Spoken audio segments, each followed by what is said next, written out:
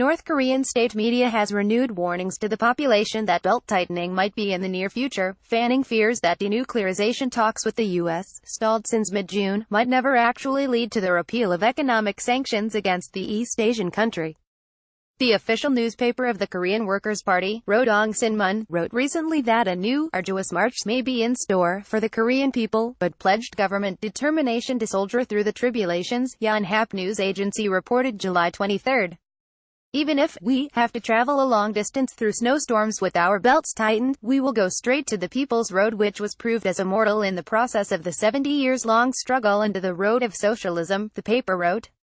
The relaxation of economic sanctions preventing much key resource trade with the Democratic People's Republic of Korea was a major point of negotiation between North Korean leader Kim Jong-un and U.S. President Donald Trump at their summit in Singapore June 12. The essence of the agreement they came to was that Trump would lower restrictions on exports to North Korea once Pyongyang had taken key steps to end its nuclear weapon and ballistic missile programs.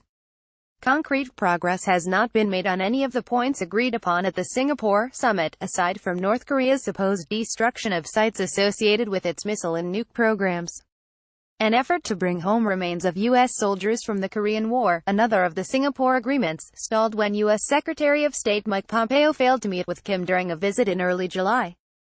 Kim instead opted to visit a potato farm near the Chinese border. Yonhap also reported that in recent weeks, Kim has stepped up his calls for self-reliance and strongly chastised party and government officials for their handling of economic affairs while visiting industrial and agricultural sites. Economic sanctions by the United Nations have been in place since 2006, when the DPRK tested its first nuclear weapon, and the U.S. has attempted to orchestrate further sanctions against the country designed to strangle it economically by denying it fuel and food as well as foreign currency from exports.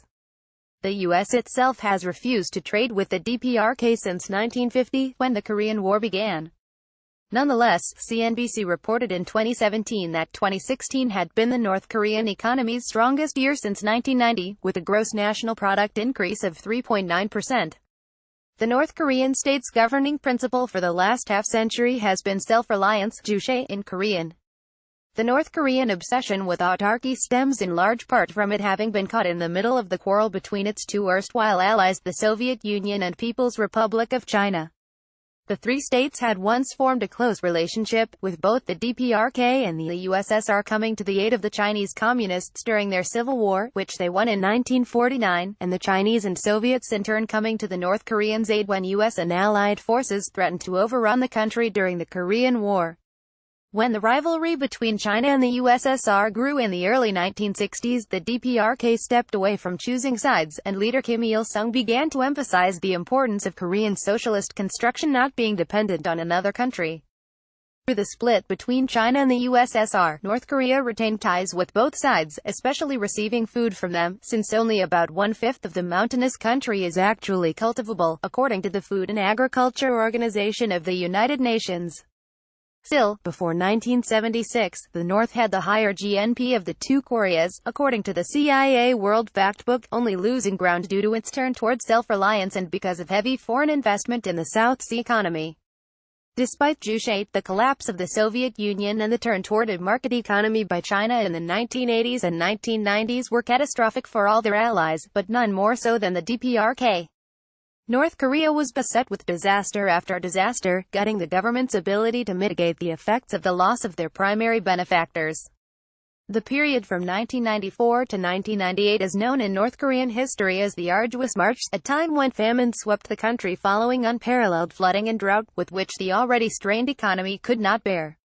The U.S. Census Bureau estimate in 2011 said that out of a population of 22 million, between 500,000 to 600,000 people died of starvation between 1993 and 2000 in the DPRK, and malnutrition affected millions more.